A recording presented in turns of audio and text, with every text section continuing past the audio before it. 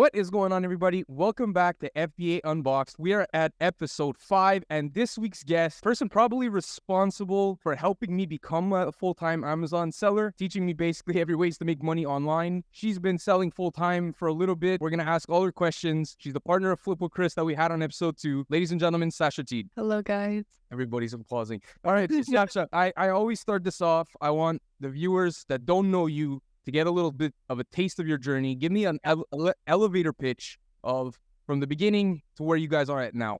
Okay, so basically, it was like not post-COVID. It was like literally when COVID hit that like everything kind of started. I was trying to do like social media stuff, and then Chris was trying to do, well, he had tried to do private label back in the day.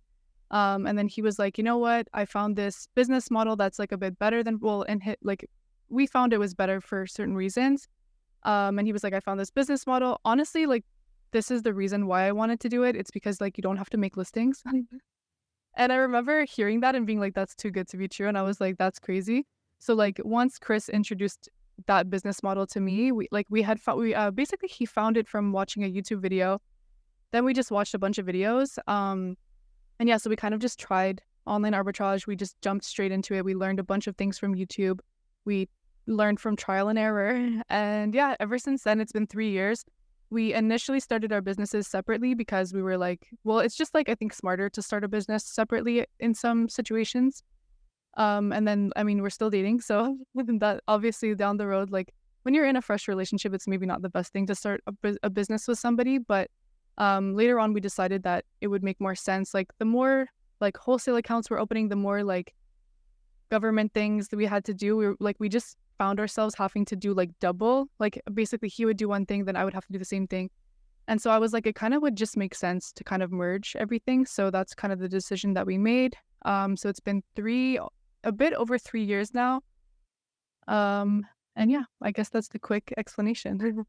So when you guys both started, because you guys both do this full time now, was it a situation where you guys ended up leaving your jobs at the same time, or did one leave before the other? No. So actually what happened was, for me, it was about 2 years in that I was like, I started to see that everything was coming together.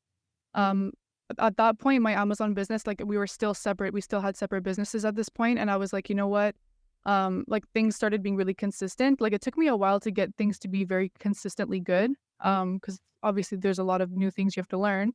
But then I'll also like at the same time I was trying to build other streams of income too. So like, I had started my YouTube channel, which I still haven't really made money from that yet, but I started doing coaching. I started doing, I made a digital product. I started doing, affiliate marketing. So I had just like really started learning about different ways to make money.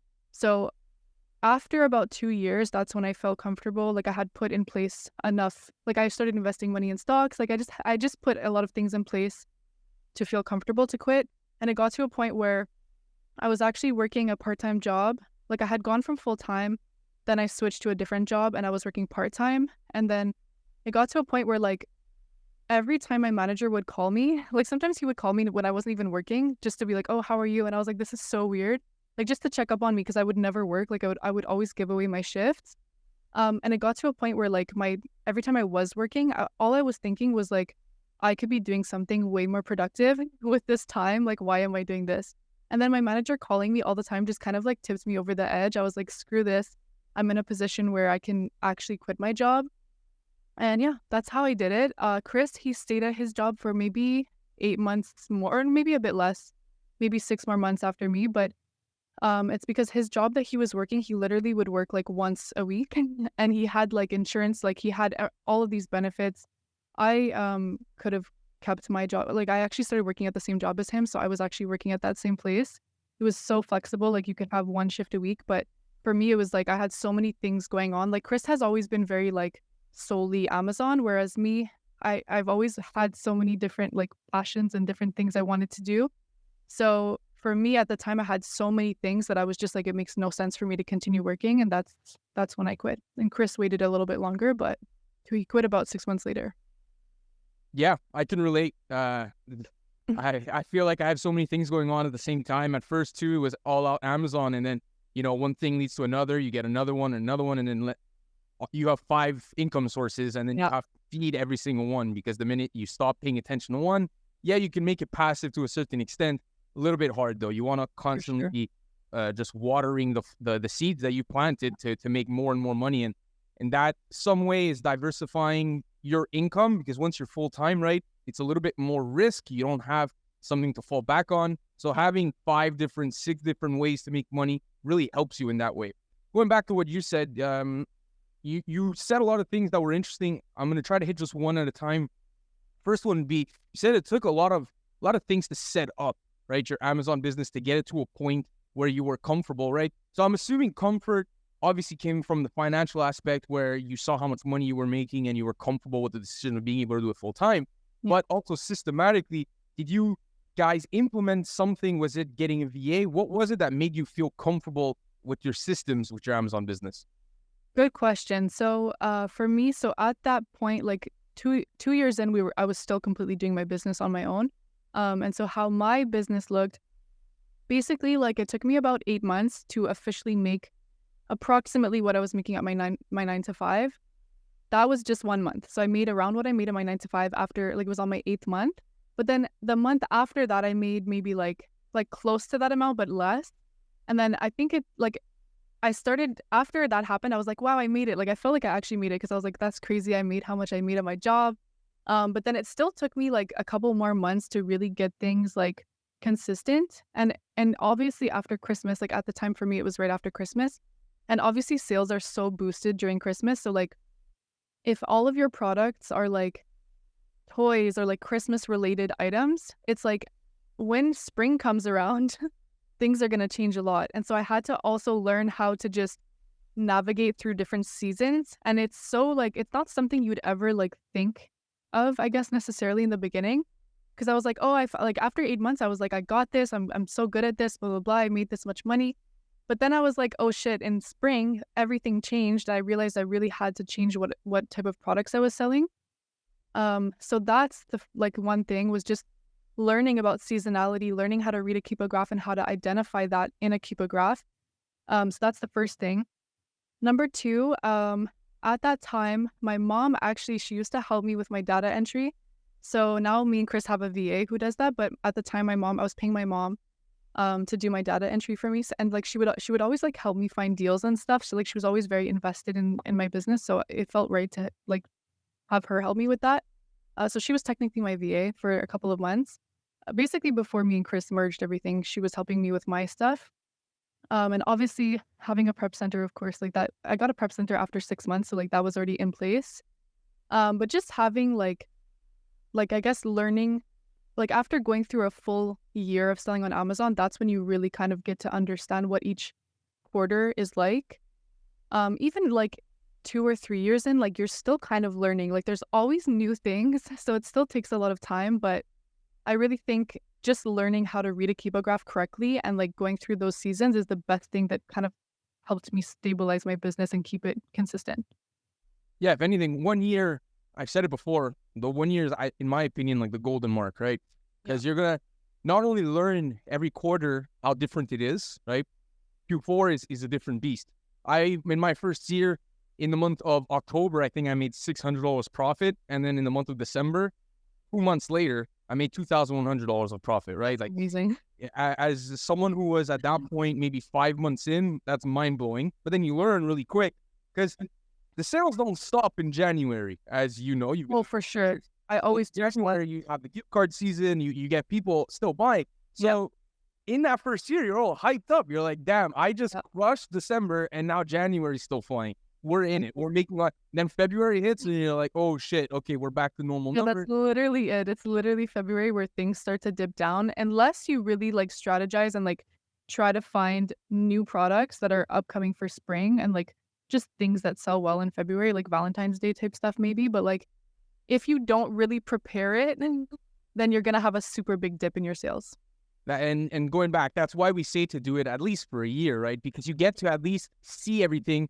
And, you know, just making up a story, you're not a newbie that potentially hit some big numbers in Q4. Now you're full of confidence. And with that confidence, you make really bad buying decisions that don't end up selling come February, right? You don't want to be buying winter products when, spring is around the corner, and then you're just stuck with all that inventory that's not going to sell until next year. So those are really important lessons to take in. And then like little hint to come to wholesale, but then people want to move to wholesale too quick. And it's the same situation where you haven't gone through at least 1 year of selling on Amazon with a lower risk, whether it's retail arbitrage or online arbitrage.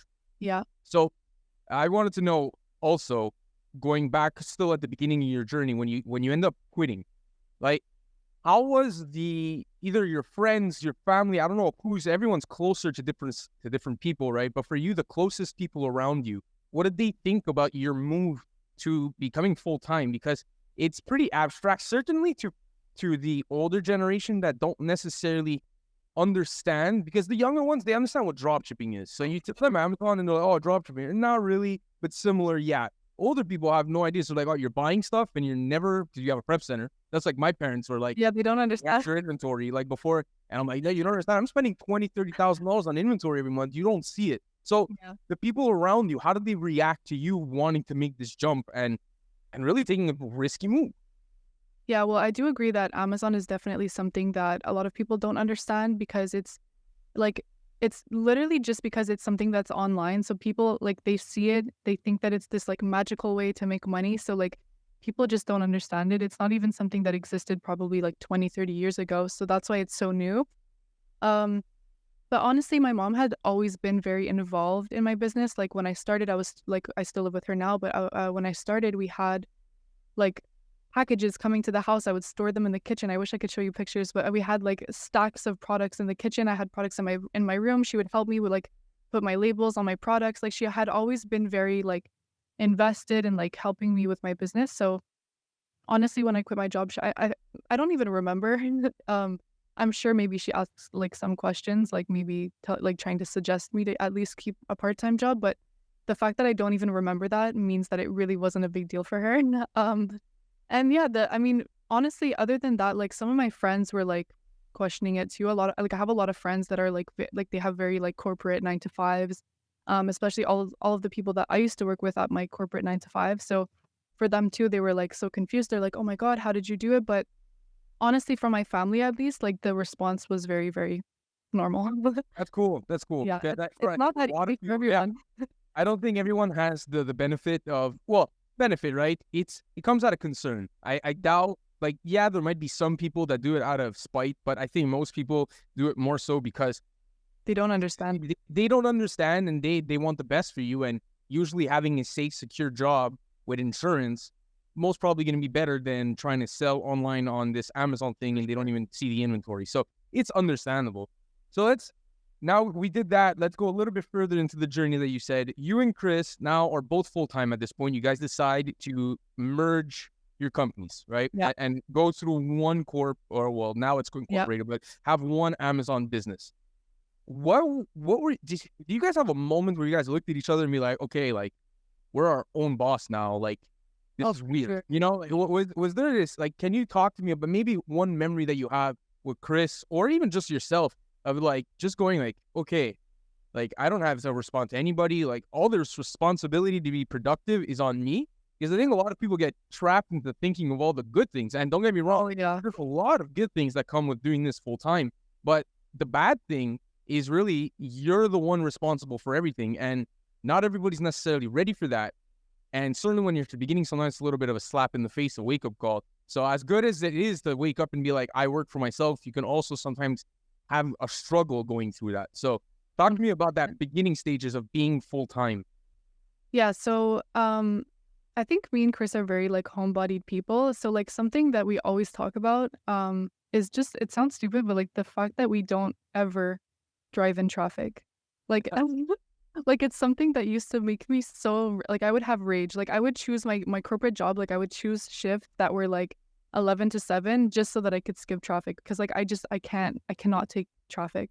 And Chris too, like Chris does not leave his house. Like he is very comfortable. He like if he has to drive for a long time, like he's not gonna go. So I think we're both very like homebodied people, and just like there would be days where we would wake up or like, for example, one time, like I don't remember where we were going, but I think it was like 7 a.m. and we had to drive somewhere on like a Monday morning or something. And that had been so rare for us because like we just weren't doing that for so long. And we got caught in so much traffic and we were like, how do people do this every day? And that's when we really became so grateful because we were like, the fact that we hadn't been in traffic in like months, we were like, this is like amazing. And so I feel like that's one thing that we always like talk about. Also, like doing groceries during the day when everyone's at work is literally the best. Like it's very simple, like weird things, but just like being able to do my errands and like not have to drive in traffic and just have a more comfortable life. Like that's something that I guess both of us really value. And like we always talk about those specific things. So I guess those are the main things that I really like that we really like are grateful for. That's actually funny because it's exactly what I kind of realized when I stopped working full time for another company, worked for myself. Instantly was traffic. And what came to my mind, and I've tweeted about this a couple of times too, is like, I feel like traffic and the road rage is mostly because people are unhappy. So Because true. once you get like, you're not in a hurry. Yeah, traffic's not fun now. Obviously, I hate Yeah. traffic.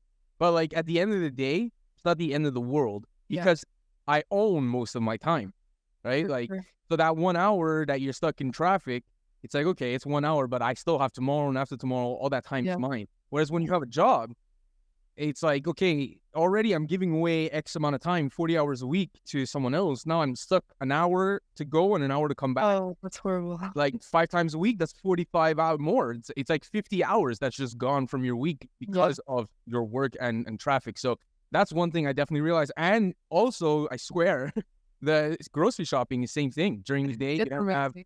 the zombie, like, certainly Costco, right? You have a I zombie. don't go to Costco. Like I do not walk into Costco because I hate going to Costco. It's the most overwhelming thing ever. Like I'm like a Provigo type of girl.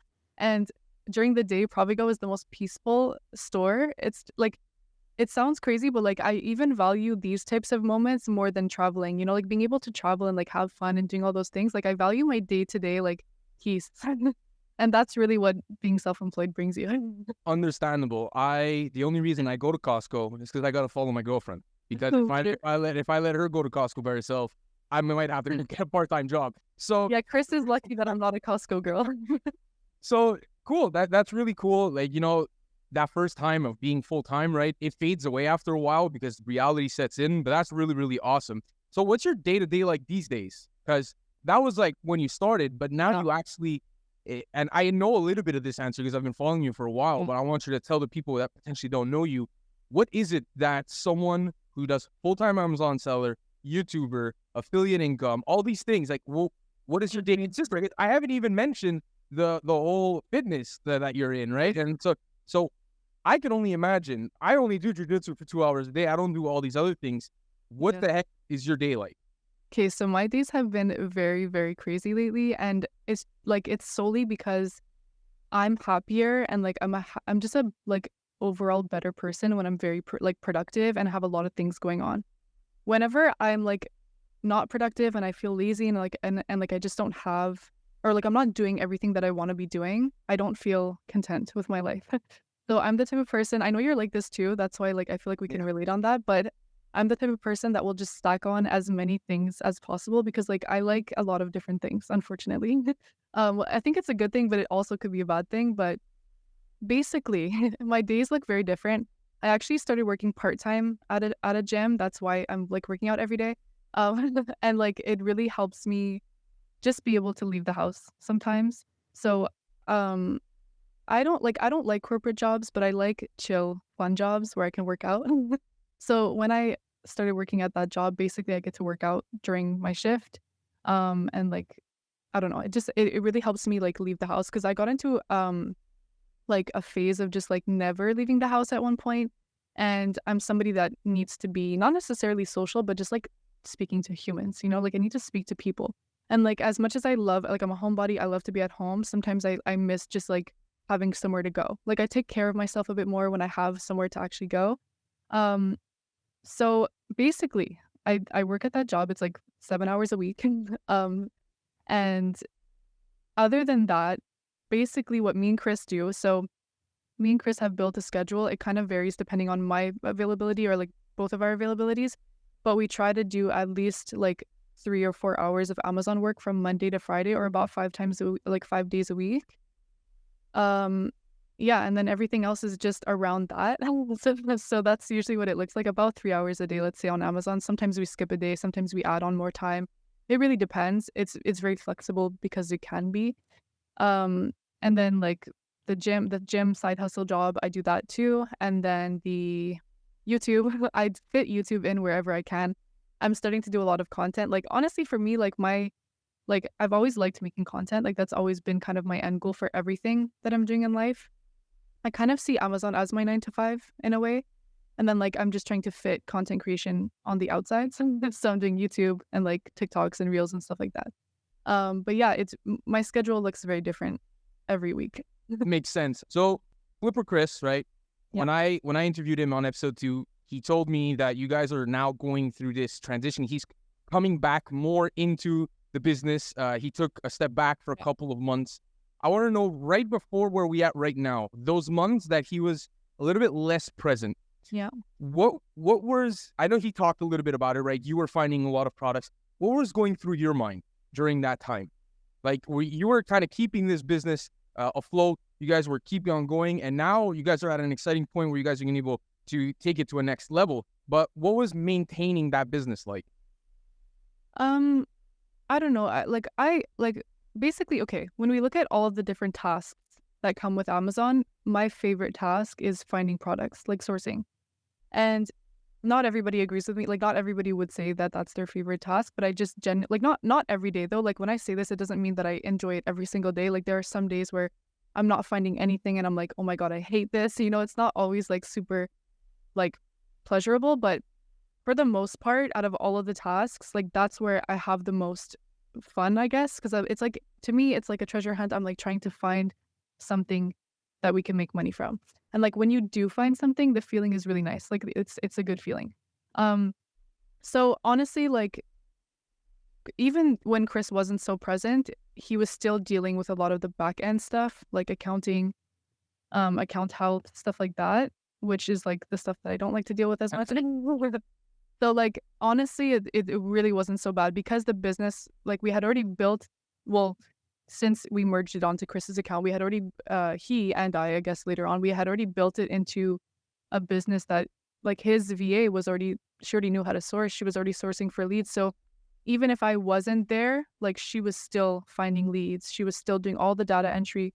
Basically, my only position in the business right now is finding products and opening wholesale accounts now. So yeah, I mean, honestly, it really wasn't that bad because it's the task that I do enjoy doing, you know? And so I think I know the answer to this, but I'm going to ask it either way. What would you say is your favorite method of sourcing? And do you recommend that method for a newer seller? Yeah, you definitely do know the answer because I'm always tweeting about it, but it's manual sourcing. So I do recommend it for beginners in the sense that I feel like you learn a lot from manual sourcing. However, I feel like manual sourcing takes a very long time to get good at and to like even be able to find something. And so like I can give you a quick little backstory on how I actually started manual sourcing. So I know, I don't know, I think you know that me and Chris, we started with TA, right? So Tactical Arbitrage, that was the software that we started with. I don't think Seller Amp existed at that point. So we started with Tactical Arbitrage. We actually built our businesses with Tactical Arbitrage for the first probably 2.5 years or like 2 years and a bit. So as much as like we don't really use it as much anymore because Seller Amp is just like such a good price for the value that it offers. I still have so much love for that software because like we literally built everything from zero from that software. However, so when I would use Tactical Arbitrage, it felt very like repetitive. Like it would always just be like, oh, it's loading up like results and you have to go through them one by one. But what I liked about manual sourcing, or like how I started doing manual sourcing, is like I would find a product from Tactical Arbitrage. So let's say like a Crayola product. Let's say it was a Crayola paint. Then what I would do is I would be like, oh, let me see if Crayola has anything else that they're selling on Amazon, like Crayola chalk or like Crayola whatever. And like with Tactical Arbitrage, you couldn't like search specifically like, oh, Crayola. Like it was a bit more complicated. But now you can do that with Seller Amp, which is why I love Seller Amp now. But basically, so what I would do is I would just go on like, let's say Canadian Tire, write down Crayola and see what other products they had. I would copy and paste the titles, plug them into Amazon, see if they existed on Amazon. So I started doing that, and like I would just take ideas from tactical arbitrage, see if that product had other variations or other types of products. And that's how I started manual sourcing. And now that Seller Amp exists, my manual sourcing is 10 times faster because I used to do it the real manual way. Yeah, that's the real manual way. Is, for you guys that don't know, is literally copying, going into Amazon.ca or .com, pasting it there. That was way too long. I luckily started with your courses, right, Sasha and Chris, and I learned TA from your course, and Seller Amp was pretty much almost brand new-ish. It was getting hyped up by Flipper Miles. Yeah. And now, ever since then, apparently TA is still very, very popular, not on Twitter at least, or X, but we see Seller Amp everywhere. So is that what you would say a new seller should just gear towards? Go to Seller Amp, learn it? Because I remember that's kind of what you guys were saying with TA back in the day. It was like, start with TA, learn with TA, easier for new sellers, and then you can expand and start manual sourcing. Yeah. You say that's the same advice now, but just with Seller Amp and reverse storefront stocking? Yeah. So honestly, what I usually do, like with people that I've worked with, or like what I would recommend to somebody who wants to start, what I would recommend is just start with Seller Amp. I think it's one of the most simple concepts. And if you learn manual sourcing from day one, it's like the hardest thing to do, but also you can find such good product. And it's just like you'll learn so much about a website by manual sourcing the entire website. Like you'll learn what brands they carry, like what price points. You'll even learn like when I look at a certain brand that I know, like that I've seen before on Amazon, it's like I know what the retail price is for that brand because I'm so used to seeing these like products and their prices. So like you start to know exactly what's the actual retail price, which therefore, if you see the product, you can be like, oh, well, I know that this is a lot more expensive on Amazon because I know the retail price is half of that or whatever. Like eventually you'll start to like memorize what are the price points of these brands, what brands do well on Amazon, etc. So I think doing the hard way of sourcing from day one is just a no-brainer, and like you'll learn so much from it. But also the thing is that even tactical arbitrage is really hard to learn. Like learning all of the different like settings and filters and stuff, that took me so long to master. So I feel like you just have to kind of pick and choose. But honestly, like I usually recommend Seller Amp just because the price point makes so much more sense.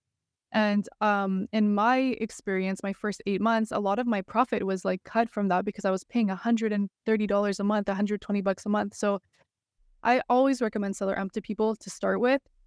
If ever somebody tells me that they're not really like, they're like lacking inspiration of like what websites to look at, or like they're not really having success with it, then sometimes I'll recommend, why don't you try tactical arbitrage? And I have seen some people say that they prefer it. But for the most part, I think the price point just wins with Seller Amp, and most people just prefer it because of that. Yeah, TA, like you said, learning curve. Once that learning curve is kind of it conquered, you start finding products pretty quickly. What's long is just loading up those searches. Another thing, by the way, for everybody, keep Product Finder. Something that is low-key, getting a little bit more and more popular. In my opinion, Keep a Product Finder is one of the best ways to find leads. Certainly, the leads that don't have a lot of competition on it and is a little bit more low-key, you need a little bit more Keepa analysis. You can find only FBM sellers on products, and you'll really be able to go back into the Keepa chart, zoom out to a 1-year graph, and see FBA sellers there in the past, then at a lower price point, which increases the BSR and still decreases BSR, making it a better listing, and also giving you fat margins. So I really do recommend checking out Keepa Product Finder to add on to TA and Seller Amp as a sourcing tool. So now you guys are in wholesale. Yeah. 50-50. You said that now your workload is around 3 to 5 hours-ish every day, 5 days a week, both you and Chris. Now, eliminating everything that is OA, what is your day-to-day or your weekly schedule when it comes to wholesale? I'm really interested because I'm starting now. So it's like, literally tell me, what do you think I should be doing Monday through Friday, assuming I already have a list of like 100 brands I want to contact? Okay. Or wholesalers. Yeah. So I'm not really sure like how to tell you to structure it, but like I can tell you kind of what we did and how we were able to open accounts. And yeah, I'll tell you like what it looked like in terms of time. Okay, so basically how everything kind of started, me and Chris had already discussed this last year. We were like, 2023 is going to be the year that we start doing wholesale. Obviously, Chris had some things going on. I also had some crazy things happening last year, or actually this year, as you know, with my moving situation. So we both had a lot of just things occupying our time. So basically, as of this summer, we were like, okay, we're finally gonna like just dive deep into wholesale and start like preparing things. So at that time, Chris was actually doing a little bit more. He was focusing a little bit more on the wholesale, and like Chris had already done some wholesale before me and him ever merged anything. So he already had, I think, 1 or 2 wholesale accounts that he had previously already figured out and like how to open them. So also during that time, Chris was also still dealing with those wholesale orders, and I was doing strictly OA. I had also opened some wholesale accounts on my personal account before, but like I never really found good products from them. They were just like not really that great. So I never really had much success with wholesale before. So basically this summer we were like, we're gonna do wholesale. We basically what we did, well, Chris, I'll give him the credit, he did most of the work for this, but basically Chris went through every single product that we've ever purchased. Okay. So we make a spreadsheet. I'm sure you've seen it from our course, but we make a spreadsheet where we fill in every single purchase we've ever made, every single brand we've ever purchased from, every single store, everything's plugged in. So we have this giant database of everything we've ever bought. Also, if you go onto your Amazon Seller Central account in your inventory, if you don't delete your listings, you can see everything that you've ever bought. So basically what we did is we went through, Chris did this part. I'll give him the credit. So he filled in this entire spreadsheet with every single brand we've ever bought. And he put them from A to Z. And then after that, we spent I think it took us a solid 2 weeks. We also had a friend who was like interested in wholesale too, so he was helping us. We literally filled in the spreadsheet. It literally took us hours. And basically what we did, I'm sure you did this too, because you said you also have a big list of your suppliers and stuff that you need to contact. But basically, so for every single brand, let's say it's Crayola, what we did is we would plug Crayola into Google and we'd write Crayola, either wholesaler, Crayola supplier, Crayola distributor. Like those are 3 terms you can use. We obviously put Canada usually just because we sell in Canada. You can also put B2B. So Crayola B2B, I've learned sometimes, and I had tested it out. Sometimes I would find results. I forget I think it's business to business. Yeah. Yep. And so I learned that sometimes if you don't put B2B, I wasn't getting the same results. So this took us so long to go through. So for every single brand name, we would type Crayola wholesaler, Crayola distributor, Crayola supplier, Crayola B2B, and we would try to find suppliers/distributors or directly from Crayola, basically to be able to open wholesale accounts with either the brand or the supplier. So we did this for every single brand we've ever bought from before. We have, I don't even know how many brands there are. We haven't even finished contacting all of them.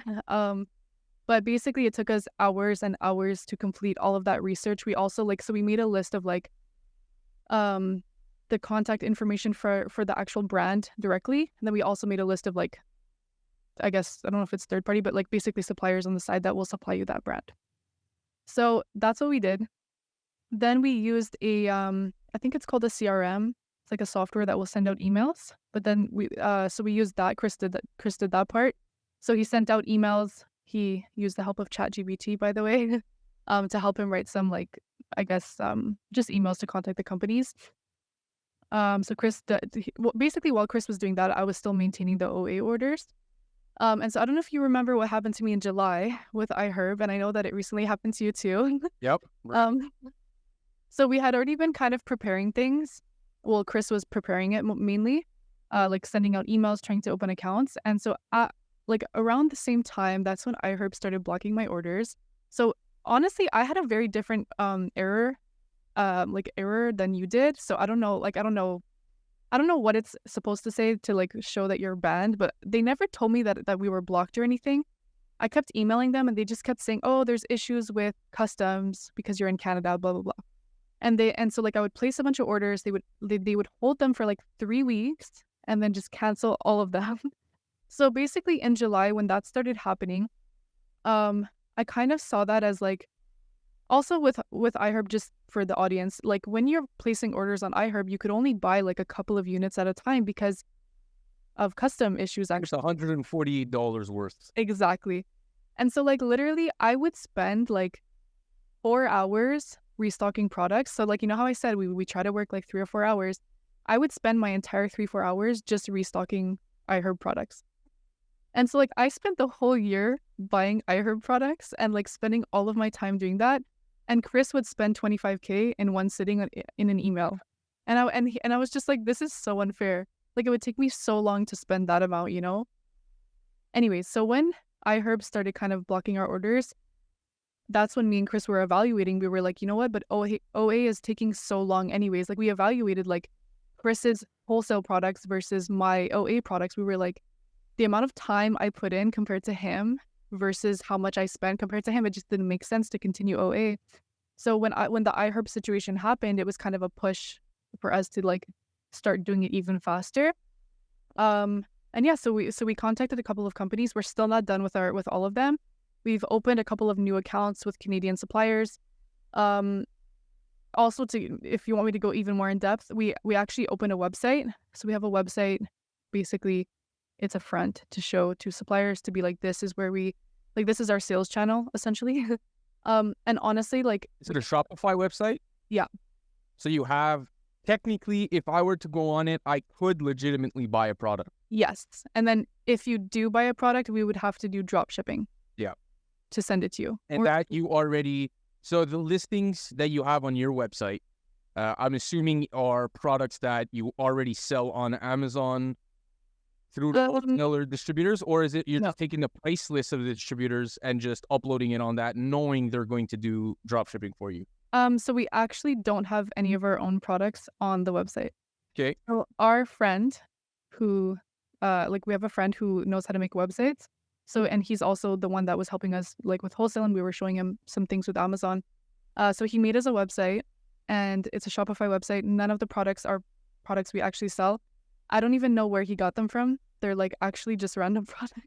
Okay. Like I literally don't know how he did it, but if ever you want, like I can, if anyone is interested, Are they products that come from China and you're basically doing the whole like TikTok drop shipping but on a front website? No, it's like the ordinary, like we have the ordinary products. We have like I just can't think of any other brands, but we have like real brand Yeah. product.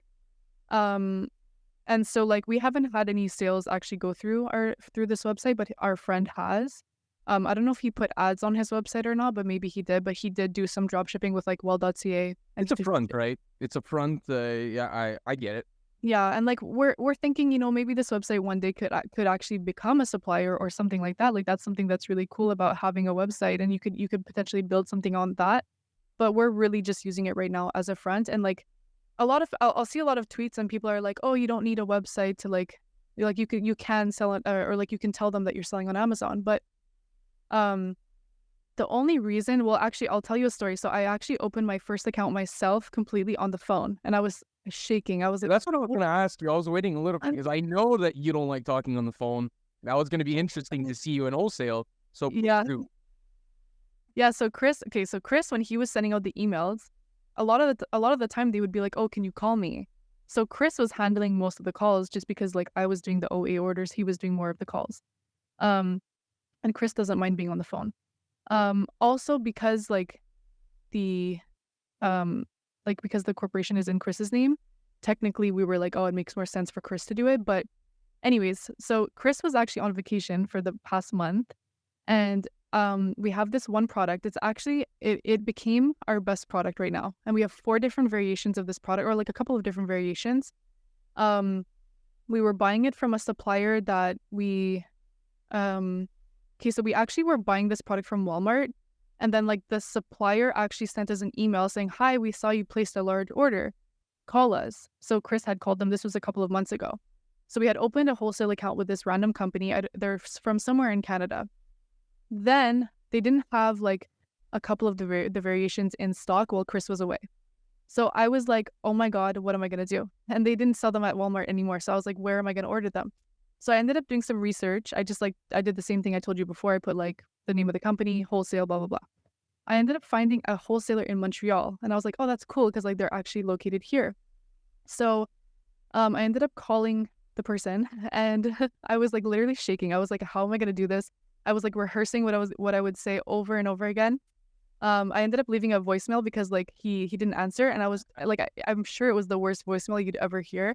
But he ended up calling me back the next day, and like I just told him the name of the corporation. I told him the name of the website, and I was just like, "Hi, this is Sasha calling on behalf of Chris. Blah blah blah. This is our business." Or basically, I was saying that I was the procurement officer, and so I handle everything sales, is what I told him.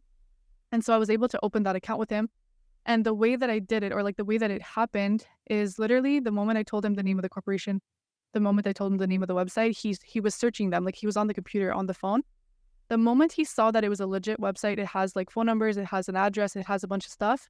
He also saw that the corporation was real. Immediately, he's like, "Yeah, sure, no problem." And like there was not a single other question asked. So you see, sometimes you you have a bunch of thoughts that it's gonna be scary. Yeah. It ends up being easy. So that was your first phone call with the wholesaler? Yes. And are we gonna be doing more phone calls with wholesalers? Yeah. Yeah. I need to do it now. And in terms of overall, right? Because like you said, Chris has also been doing phone calls. Yeah. So actually, before I ask you the results from the short-term expansion towards wholesale, how are you guys scanning these price lists? Are you guys using automation tools, or are you guys going one by one? Are you guys doing this yourself, giving it to a VA? Talk to me about that whole operation. Okay, that's a very good question, because that's something that we at first were like, oh my God, how are we going to do this? So I had actually, we did some research on softwares. I forget the name of the one that people use. I wish I could remember, but there's a software that scans price lists. We had actually done a free trial, because I think there was a free trial for like one price list or something. But then we ended up, like, we just didn't think it was worth it, because I had made a tweet asking like, hey guys, what's the best price list scanning software? And literally like 80% of the people were like, do it manually. They're like, do it manually or have your VA do it manually. That's what I heard too. And I was like, shit. But anyways, it's not like we haven't been doing a lot of things manually anyways. So like I was kind of like, whatever, it's fine.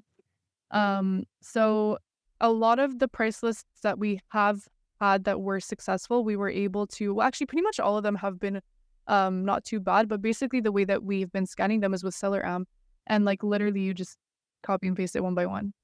And sometimes they'll have it's unfortunately that's the answer, but sometimes they'll have the UPC codes. So if you copy and paste the UPC code, it's a little bit faster, and you just plug it into Seller Amp, it's gonna pop up. And so yeah, we have a couple of different let me try to count. There's like at least maybe 5 new ones that we opened in the past like 2 months that have solid products, and all of those we were able to just like source them with Seller Amp. It was not too bad. Like it's the same way that we do manual sourcing on a website pretty much. And some of them actually have websites too. Like sometimes they'll have their products on a website kind of thing. So like Seller Amp can actually pull up the data, but some of them will be like an Excel form. Yeah. Or like an Excel sheet kind of thing.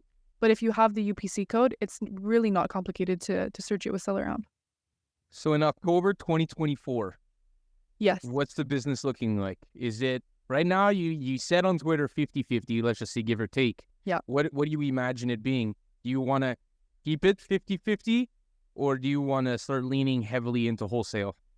I really think that wholesale is just a more like, I don't know if I want to use the word legit, but like it just is a more legit type of business, in the sense that like it's like you're buying the products from an actual supplier. I don't know, I don't even know if I'm explaining it right, but it's just like, No, you are. It is. like I'm not buying it from Walmart, like I'm actually like I'm buying it from like an exclusive supplier properly. They like, I don't know, it just feels more legit. Because like, when you're buying from Walmart, people are like, oh, you're scammers because you're buying from Walmart. So like when you're buying wholesale, like, and it sounds stupid, but like when you're explaining wholesale to somebody versus explaining OA, like wholesale just sounds so much more legit. Well, we're going against TOS of websites, right? We're not technically allowed to be reselling. It's not illegal, but we're not allowed to do it. So having websites have restrictions and they don't want you to be reselling. So exactly, and having your whole business model revolve. And look, at the end of the day, like if you want to get around the system, even if you're banned, right? You mentioned it before. We're both somewhat banned from iHerb. And I'm sure if we tried hard enough with different proxy or whatever, we can get around it. Yeah. But basing your business model off of that risk, nothing wrong with OA. I love OA. OA is what gets you started, but 100% it's undeniable that wholesale is a more legitimized business model because you will have business relationship. It is, you're doing B2C and B2B at the same time, right? You're going to the consumer via Amazon, but you're also dealing with other businesses. And if you want to talk about OA, like, okay, what describes a business? Is it something that is sellable? Well, I'm sure having exclusive contracts with specific brands is a lot more sellable than saying, hey, by the way, this is my business of reselling. I want you to sell my business. Well, if you take the head of operations out of the business, if you can't produce any cash flow, well, it's worth nothing. Whereas contracts with specific brands, well, that's worth something. That's way more valuable for sure. Yeah, because anyone can do OA. That's the difference. Like anyone in the world can do OA. Like you're just a normal customer buying from a store. Whereas like wholesale just feels, I don't know, more exclusive, more legit. And again, to go back to the iHerb situation, it's like there are ways to kind of go around it. I've made a new account. I've bought stuff, but like the second push was the fact that most of the products from iHerb are supplements and like vitamins, beauty products. Most of these in Canada, especially, oh my God, they have so many issues. Like it's just the most, like we literally, I'm not even joking.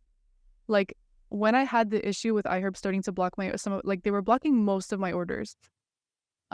Right after that happened, maybe a month later, like a good 15 of our listings completely got shut down. And I was like, thank the Lord that iHerb started blocking my orders right before this happened, because if they wouldn't have blocked my orders, I would have been ordering like hundreds of units. Yeah. I think I have enough beauty products in my house to start my own website for a front and say because I do have those products, just because it is what it is. And that's kind of a reason why I went into wholesale and why I didn't want to take the steps to go around the situation. And I caught a little bit of heat on Twitter when I announced it because people were hating on the fact that saying it's like good. But at the end of the day, for me, like you said, I think wholesale is a lot harder because it's a lot more competitive in the way where you're selling yourself, you're selling your company. And for me, I'm always been a competitive person and I think I can excel at that. It's not for everybody. And wholesale, like I said before, is not bad. Not wholesale, sorry, OA is not bad at all. I love OA and I think anybody could do it, like you said. But often in OA, we're always talking about, okay, get products with a moat, right? With like other people having a hard time to get it. Well, that is almost the definition of wholesale. It's automatically, if you get a good wholesaler, a good distributor or brand direct deal, well, you now have access to pricing that no one else. And honestly, I think wholesale in Canada, at least from a bird's eye view, kind of looks like the ultimate move, because wholesale in the United States is, well, obviously you're always going to get the volume there, but the competition, I think, is whereas in Canada, we have the advantage of one, not having, I don't think so, at least not as many wholesalers as the United States, if you go based off of the ratio of sales to wholesalers. But not only that, we have access to going and get United States brands. And if we're creative enough, and we saw that last episode of the podcast, there's ways to get those to Canada, even if they don't ship it, right? With customs agents, right? So we have a lot of ways of getting products and having that moat around our products that could lead us to a business model that, well, can print you potentially 10K plus net with enough hard work. Yeah. Yeah, and there's a lot less people like buying stuff in Canada, but there's a lot less people selling in Canada. And like even a lot of the Canadian sellers, their first instinct is to go to the US. So a lot of actual Canadian Amazon sellers don't even sell in Canada. So that goes to show you that there, like, in my opinion, there is a lot of room, especially with wholesale. Like, I don't know many people who are doing wholesale, like, on a really high scale in Canada. Also, I wanted to mention something. So, like, another reason why wholesale is just, like, I just think it makes the most sense. Maybe not for a beginner, though, because I really think it's important for people to learn how to choose products before spending a lot of money. With wholesale, they kind of expect you to spend a lot, like, large amounts. So it's not easy for a beginner. And obviously, like, you shouldn't be buying more than 20 units of a product until you really know how to choose a product. So wholesale is definitely for later on, but the more money you have to spend, the more issues you're going to have with OA. So like I know people were talking shit and like it was controversial on Twitter and stuff, but it's like, if you're constantly dealing, like basically if I'm spending hours of my day placing orders, literally for the next day, all of those orders to be canceled, and like, sure, there are little ways to go around it, but it's like, if the chance is always there that it could potentially be canceled, it's like, again, it's like, why am I putting my entire business in, like, putting it at the risk of the chance that everything's just going to be canceled the next day? And that happened to us with a couple of different websites. Like, we're banned from Sephora, we're banned from iHerb, we're banned from Home Depot. I could keep going. Like, I think there's 4. I think we have 4 so far, 4 bans. I can't remember. Oh, well.ca. Actually, I placed an order on well.ca recently and it worked. So who knows? But basically my point is that the more money you have, because the reason why my iHerb order started like really getting canceled is because I was spending so much. Like, literally to the point that I spent like the day, I think that's what triggered all of this, but I was really on a roll one day and I spent like 13K in one day. And I really think that's what pushed them over the edge to like starting to block our orders. But obviously that was a stupid move on my end. Usually I would spread it out a little bit more. But it's like, I didn't have a choice but to keep restocking that product that day, or like all of those products that day, because I was like, we need them to be in stock. So it's like, the more items you have, especially if it's all coming from one website, that's probably a bad idea. But it's like, the more money you have, the more orders you need to place to like fulfill these, like to restock the products basically. It's just, it doesn't make sense to keep doing OA. It makes so much more sense to put your money into a supplier that will actually fulfill your orders, because you're allowed to buy 50 units at a time. It just doesn't make sense to keep wasting your time. And like, that doesn't mean we're going to quit OA. Like, we'll for sure still have OA on the side, I think, forever. Like, if we can still find good OA deals. But again, this goes back to me and Chris evaluating Chris's wholesale orders versus my OA orders, which ones were like, who was spending the most in the least amount of time, making the most amount of profit. It just, all of the work that I was doing, it didn't make sense, you know? Yeah, well, I think any catalog that you analyze of an OA seller, you'll find that 20% or less of their ASINs are making 80% of their profit because of insane ROI and sales volume. And if you would just keep that 15-20% of products doing OA and supplement the rest with wholesale products, that is a recipe for success. Yeah. Instead of and when I always, like, I coach new students or whatever, I think OA is just you're always buying lottery tickets. Every new ASIN coming in is a lottery ticket to potentially becoming a replen, and then that replen is a lottery ticket to being a 6-12 month replen that will consistently print you money. Whereas wholesale, you kind of get that right away almost. Of course, there is competition even in wholesale, and that's why it's a little bit better to have a little bit more experience. But again, it's all about creating that moat. I want to switch angle. Last kind of thing we're going to talk about, but still very, very interesting. You just got monetized, right, on YouTube. And scaling back, we're going the whole personal brand route. I want to ask you, and I think you're the perfect person to bring this up. This is the first time I'm bringing it up on this podcast. I know we're an Amazon podcast. However, I think that everybody, literally everybody, whether you're selling on Amazon or you are literally a 9-to-5 worker in another complete different industry, should have somewhat of a personal brand. And example, this podcast here, and you said it yourself prior in this podcast. You said, I feel like my 9-to-5 is Amazon, and all the content that you're producing is your passion on the long term. Yeah. Well, that is 100% factual. And 9-to-5 is my Amazon business. And all the content that I surround my 9-to-5, because that's my area of expertise, is my YouTube channel, my newsletter, my podcast. You can take someone who is a chef. I'm just taking literally a random job, is a chef, and now you can start a podcast. Why? Because odds are, if you're a chef, you know other chefs. And chefs like to talk to other chefs and listen to their techniques and etc. So in any different business, creating a personal brand is so important.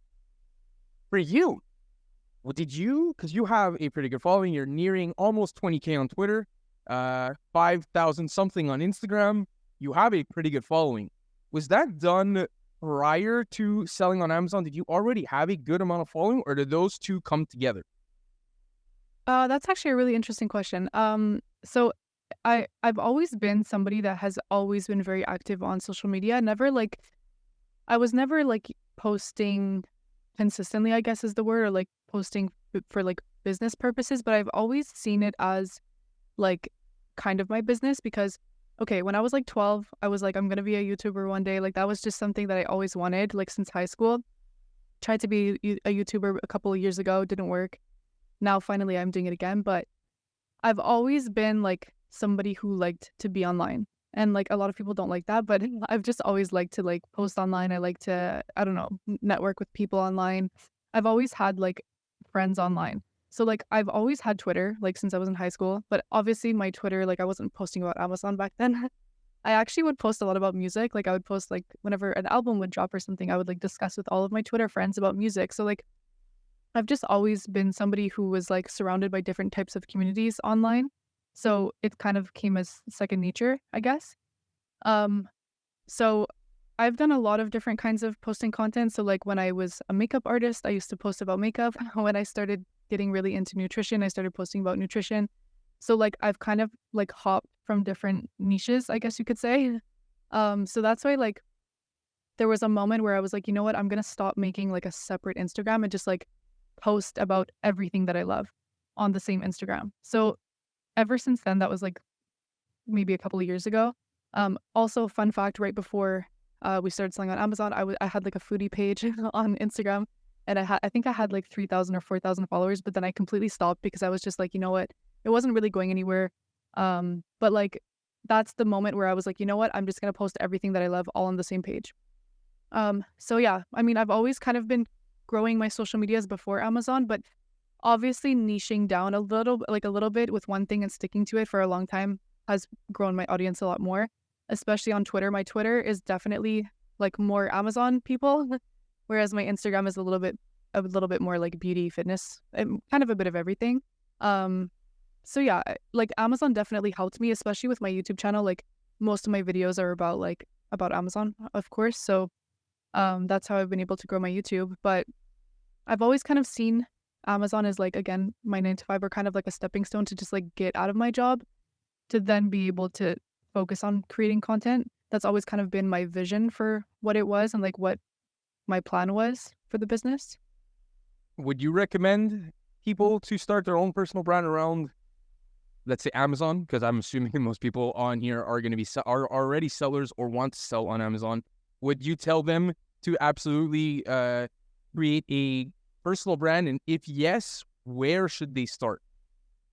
Yes, definitely, especially if we're talking about like honestly, I think like you were saying, like everyone should create a personal brand. I think the internet and like social medias can be so valuable in different ways. Like people fail to realize that like you can really connect with people through social media. And a lot of people are like weirded out by social media or like they're not comfortable sharing their life. I've always never really cared, but especially if you are an Amazon seller, I always tell people go make a Twitter account. There's like honestly, okay. Oh, actually, okay. When I was posting on Twitter back then, like I used to post a lot of like motivational stuff. Like that's kind of how I started. I was posting motivational stuff. Do you know Chris Johnson? Yeah. Okay, so I owe a lot of like my, I guess like a lot of the motivation that I had came from what he was posting at the time. So like when me and Chris started selling on Amazon, I was consuming a lot of his content. I've bought pretty much all of his courses. So that was something also that like inspired me to post a lot, was seeing his success, his family's success. But I was posting a lot of like motivational stuff. So I was part of Money Twitter and I was posting all that stuff. So that kind of started. But then when I started posting a little bit more about Amazon, that's when like I really started building an Amazon community and like started getting Amazon friends. So I always recommend to people, go make a Twitter account, especially Twitter, because I feel like visual content is not, in my opinion at least, is not like the best when it comes to educational content. I don't know. In my opinion, I've learned the most from Twitter, and just like being able to like speak with people, or like being able to not speak like out loud, but being able to like type. I don't know. I just feel like written content's so easy and like just, I don't know how to explain it, but I just find educational content does better when it's written. And I've always preferred Twitter for Amazon.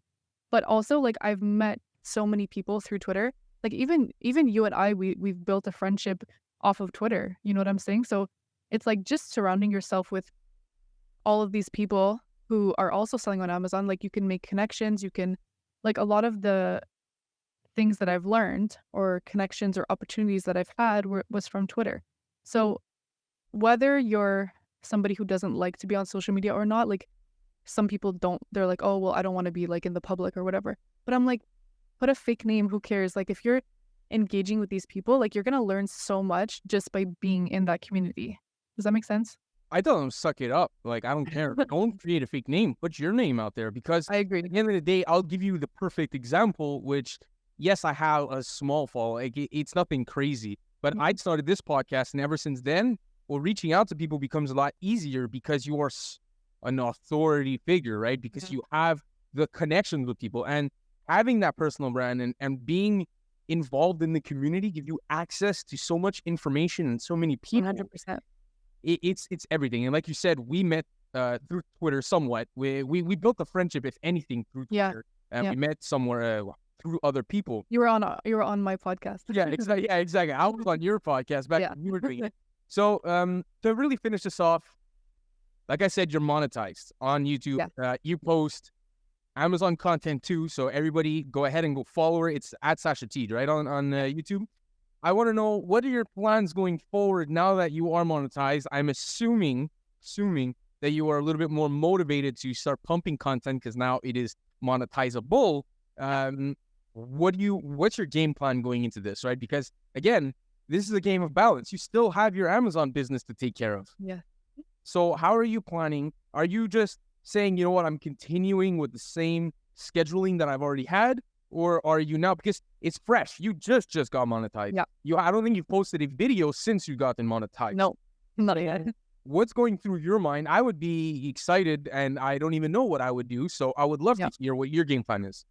Yes. So obviously, like I've never had a proper structure for my YouTube content, which is a problem.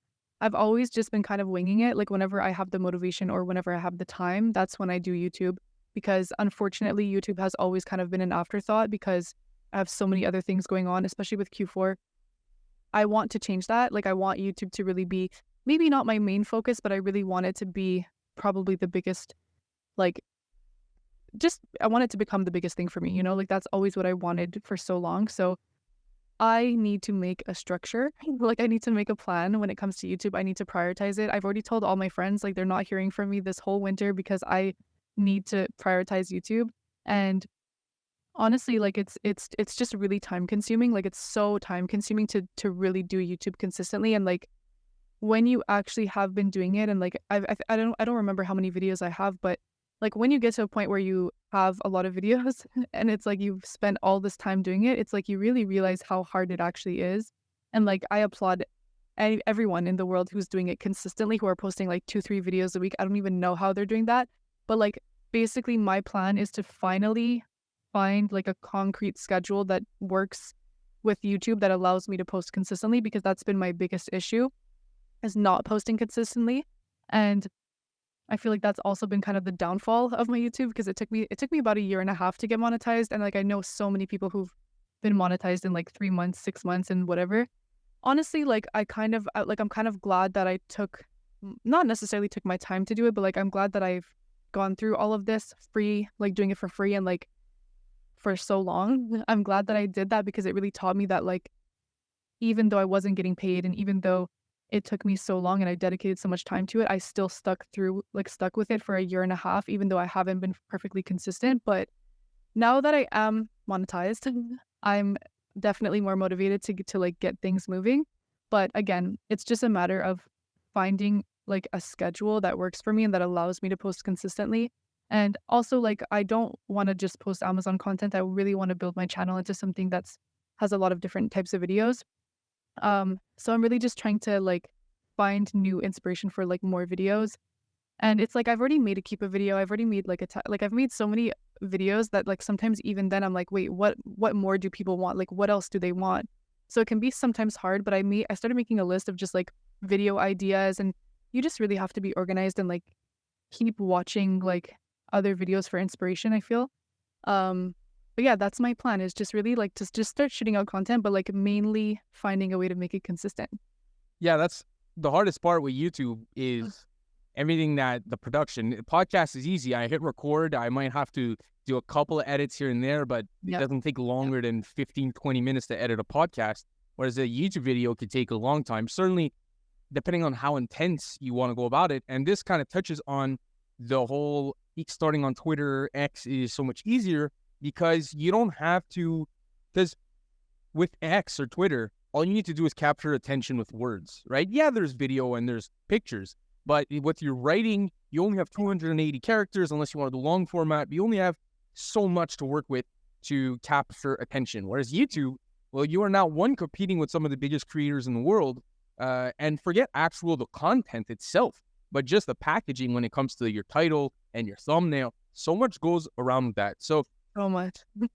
I think it's a good way to end this off because we've gone off the beaten path of Amazon and really went off. And I thought it was important to mention, one, because like I said, you've just been monetizing. Two, I think everyone should do it. But if you guys haven't already built a Twitter community following, just start tweeting. If you don't know what to tweet about your journey. Yeah, literally just post your, it doesn't even have to be your sales, because some people are not comfortable posting their sales, but just talking about your day, like your day-to-day situations with Amazon. That's literally exactly what I did. I would just be like, hey guys, today this happened to me, blah, blah, blah. And that was literally it. I started Twitter a year ago-ish, around when I started my Amazon business, and it's been one of the best decisions I've ever made. And to be quite frank, when I was on the table of basically exiting my 9-to-5 and with all the official people, they had found my Twitter, not to go in detail, and they were talking to me about that. And like, I told them straight up, like, I don't regret making a Twitter at all and potentially speaking about like my old company, because it's given me all the opportunities I have today. And all it takes is, again, going back, it's just that 1 year, whether it's Amazon or Twitter or YouTube, do it for 1 year consistently. And that's the key word, is consistently. And you will find a plant that's been flourished and usually pay dividends after 1 year, at least. It may be not much, but it will pay dividends, that's for sure. Sasha, before we end this off, I love talking to new people trying to sell on Amazon. Let's say someone hasn't started selling on Amazon and he's watching YouTube videos. He found this podcast. He made it all the way to the end of this pretty much 1 hour long podcast. What would you tell them to convince them to start? Oh, that's a crazy question. Honestly, I just think that if you're somebody who wants to grow your money, like if you're somebody that, and I'll say this, like it does depend on your situation. Like I think some people who have $0, don't have a job, maybe starting to sell on Amazon is not the best thing today. Like go get a job first and try to get a stable income. But honestly, like if you are somebody who wants to grow your money, be able to, like I've never been able to access cash the way that I'm able to now. And like we kind of treat our Amazon business like a savings account in a way. We try not to touch much of it. And like if one day we're like, we need to go do something, like we need a large lump sum of money, I've never ever been in my life been able to do that before. So I think that's the best thing that I can say, because I like to be very transparent and realistic. I don't think like presenting it in the way that like, oh, you're going to be a millionaire tomorrow or whatever. I just think that if you're somebody who has a consistent income right now, you want to grow your income, or you want to grow your, like if you have savings, you want to grow your money, and like you want to be able to access cash. Like if that's something that you want, this is the perfect type of business to give you that. Yeah, absolutely. And so I really think what you touched on earlier was the main focus on, like, if you don't have access to capital, maybe starting on Amazon is not the right decision. I think a lot of people like focus so much. And you know what? Why not start Amazon, but be realistic with your expectations? If you only have $1,000, you're not going to go that far with it, because it takes a while for that money to cycle. And you know what? Like at the end of the day, this business will all depend on how much capital you have, and the more you spend, the more money you'll make. So be realistic, but it's possible. And as much as we said before, right, like wholesale is a more legitimate business, OA is still a business. And in business, most of the time, 90-80% of businesses do need, that's not service-based, do need money, certainly inventory-based. So to all new sellers, be realistic. The more money you have, the more money you'll make. Maybe you'll want to start with a smaller amount just to get results first, but don't be shy to go ahead and buy more capital once you start getting more comfortable. Cool, Sasha, where can we find you? We're going to end this episode off. Twitter, Instagram, your YouTube. What do you want to link? Just go ahead and say it and I'll tag it in the description below. Well, honestly, everything is just SashaTeed. So if you guys want to find me anywhere, it's SashaTeed. I have all social medias, SashaTeed. That's a pro right there. All right, sounds good. See you guys, everybody, on the next episode of FBA Unboxed.